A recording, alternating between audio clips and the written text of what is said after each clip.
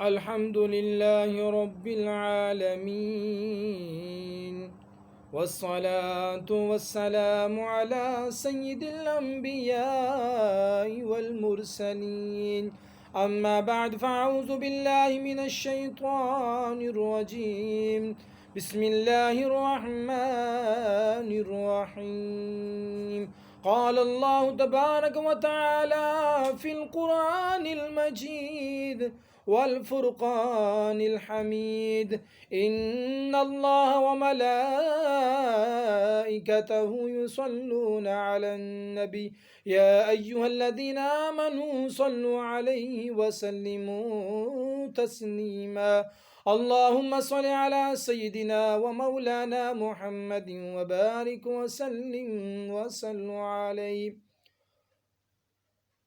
بسم الله الرحمن الرحيم. لقد من الله على المؤمنين إذ بعث فيهم رسولا من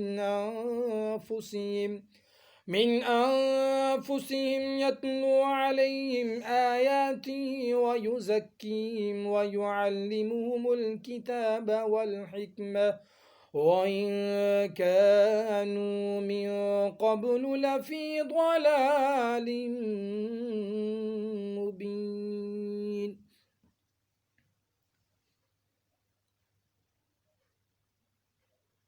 پارہ 4 سورہ عمران رکوع نمبر 17۔ بے شک اللہ کا بڑا احسان ہوا مسلمانوں پر کہ انہی میں سے ایک رسول بھیجا جو ان پر اس کی آیتیں پڑھتا ہے اور ان کو پاک فرماتا ہے اور ان کو کتاب و حکمت سکھاتا ہے، اور وہ ضرور اس سے پہلے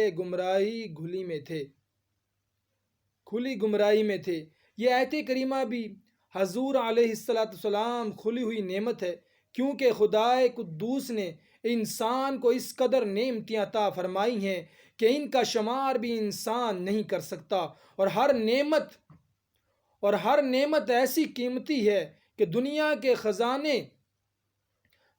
کے خزانے خرچ کرو مگر ایسی نعمتیں نہ بن سکیں۔ آنکھ، کان، ناک، ہاتھ، پاؤں، زمین و آسمان، چاند، سورج، ہوا، پانی وغیرہ ہر نعمت الہی کا یہی حال ہے۔ پھر جسم میں بے شمار بال اور ہر بال میں بے شمار نعمتیں ہیں، اور ہر نعمت ایسی ہے کہ اس کے بغیر زندگی مشکل ہے۔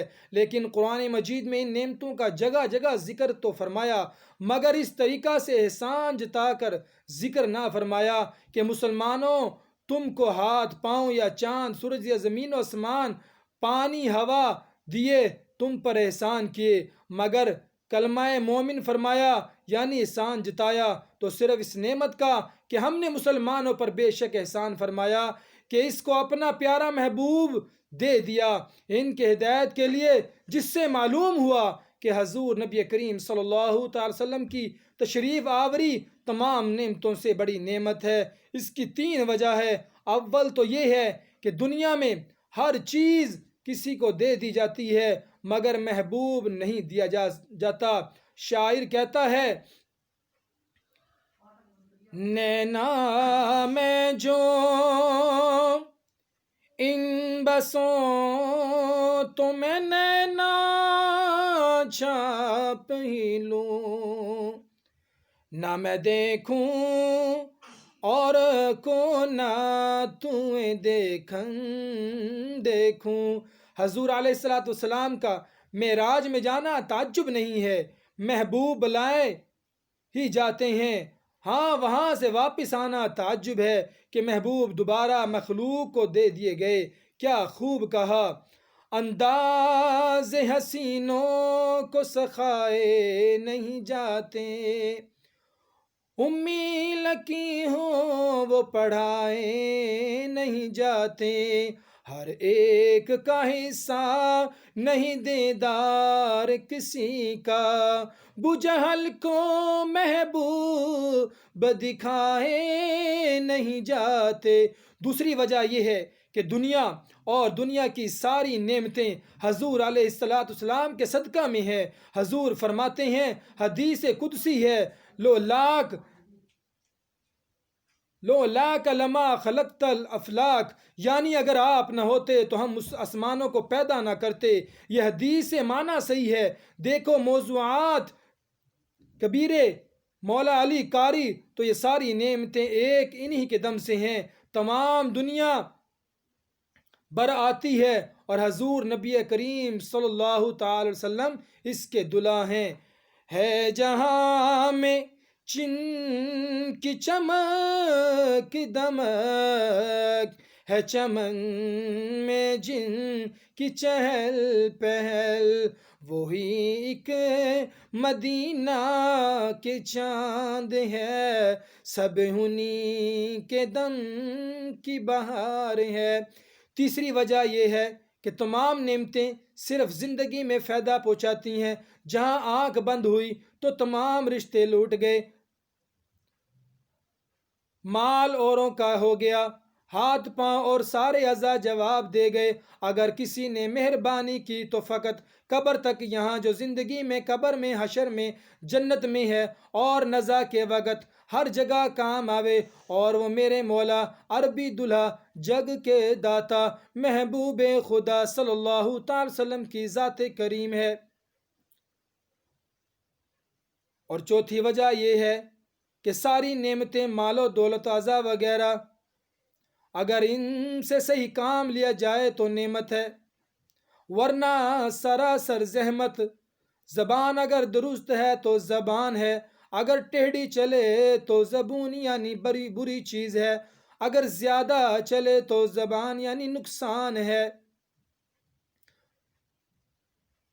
دو مدتوں سے بوت بنا کا نام رکھا ہے پوت، کرم کریں تو بلا بلا ہے، نہیں تو موت کا موت۔ اور ان نعمتوں کا استعمال کرنا سکھانے والے ہیں محمد عربی صلی اللہ تعالی علیہ وآلہ وسلم، یعنی حضور نبی کریم صلی اللہ علیہ وسلم نے ان سب کو نعمت بنا دیا۔ اور نہ یہ زحمت ہے، اگر ہاتھ پاؤں سے گناہ کیے جائیں تو یہی اعضاء قیامت میں ہمارے خلاف گواہی دیں گے۔ معلوم ہوا کہ یہ رب کے خفیہ پولیس ہیں۔ اگلی عبادت سے معلوم ہوا کہ حضور نبی کریم صلی اللہ تعالی علیہ وآلہ وسلم مسلمانوں کو ہر زہری باطنی گندگی سے پاک فرماتے ہیں۔ اعمال وہی صحیح ہے جو بارگاہ رسالت میں قبول ہو جائے۔ معلوم ہوتا ہے کہ قرآن ایسی مشکل کتاب ہے کہ اس کی تعلیم کے لیے رب نے انبیاء کرام بھیجے، اور کسی علم کے لیے نبی نہ آئے۔ مشکل علوم استاذ بھی پڑھاتے ہیں، لہٰذا قرآن سمجھنے کے لیے حدیث کی ضرورت ہے۔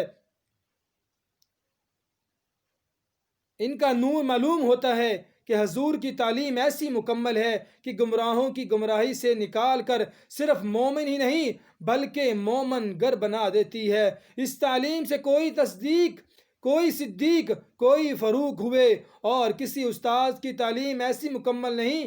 ایک شاگرد ایک ہی سکول میں جا کر بہت استاذوں سے علوم حاصل کرتا ہے، کسی سے حساب، مگر مدینہ پاک میں ایسا مکمل مدرسہ جاری ہوا کہ ایک ہی استاذ نے دینی دنیاوی علوم، اخلاق اور خدا رسی کے قاعدے سب کچھ سکھا دیے۔